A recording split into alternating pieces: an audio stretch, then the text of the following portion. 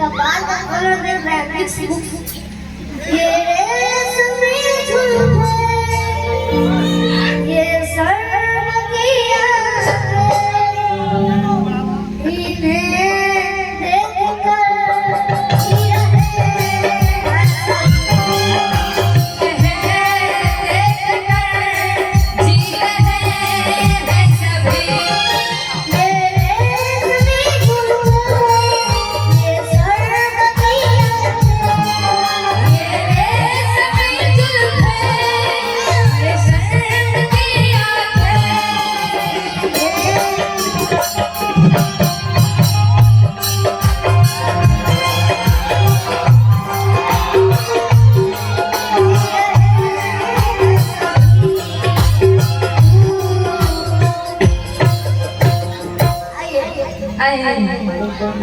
हाँ क्या बात है क्या बात है। अरे गावाना गावाना पिया अरे कोई गावाना अरे गावाना गावाना पिया अरे कोई गावाना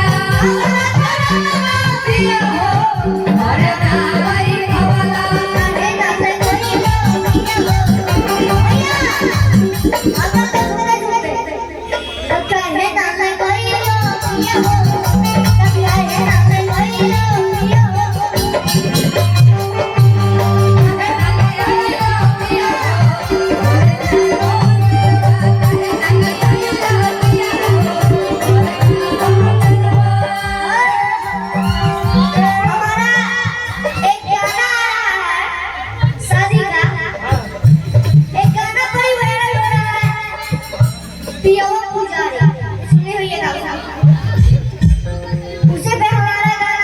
अच्छा तो बियाह की वो पुजारी कर अखियां में काजल लगा के ओइलू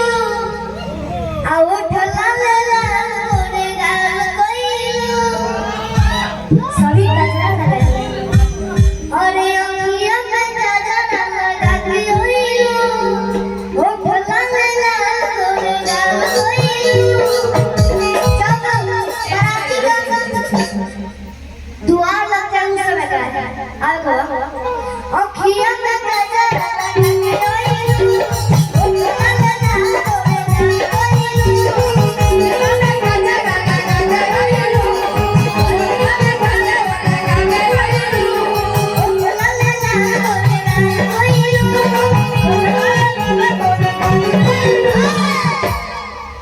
अरे नाच नाच जगत में दुआरे अल्लाह बहुत मारे आए साली आँख मारे आए हाय रे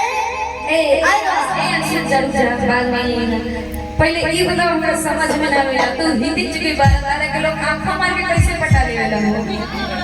आ इतना बड़ा साली हो पानी पीना है तो बोतल से पियो बिस्लेरी सॉरी पानी पीना है तो गिलास से पियो बिस्लेरी कितनी बोतल में क्या रखा है अब प्यार करना है तो माँ बाप से करो इन लड़के में क्या रखा है सुने ना तू है बोला तेरे कर दी अरे तो माई का कि सारी आंख मारे चांद की चांद होती है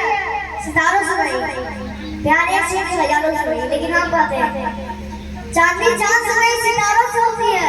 प्यार एक से नहीं हजारों से होती है ए सुना हमें बात सुना कि चांदनी चांद से होगी तो सितारों का क्या होता हंस बाबू चांदनी चांद से होगी तो सितारों का क्या होता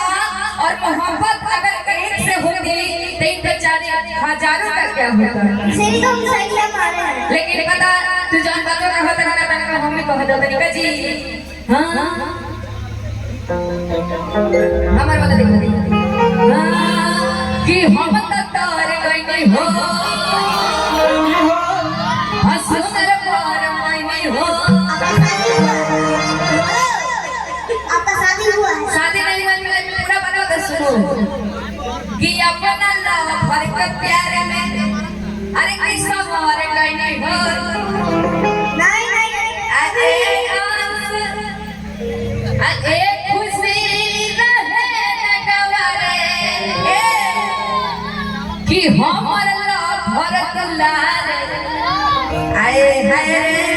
तो सभी लड़का जाता है कि लड़के पैसों के लिए इस्तेमाल कर लिया आईफोन 14 हमारा एक गाना आया है। अरे घूमे लड़की बोल रही है अरे घूमे घूमे मांगते हो भिक्षा अरे तुमको जरूरी है अभी तो शिक्षा। कौन दुख में बतावा अरे तभी समझावा अपन मुनवाते ए जी दे दो तुम्हारो जाने तो नवा के आईफोनवा की देखे बस नवाते भिखारी लफड़े हम चाहते हो ताली बाबू खाती बाजू बाजू हम चाह भोजपुरी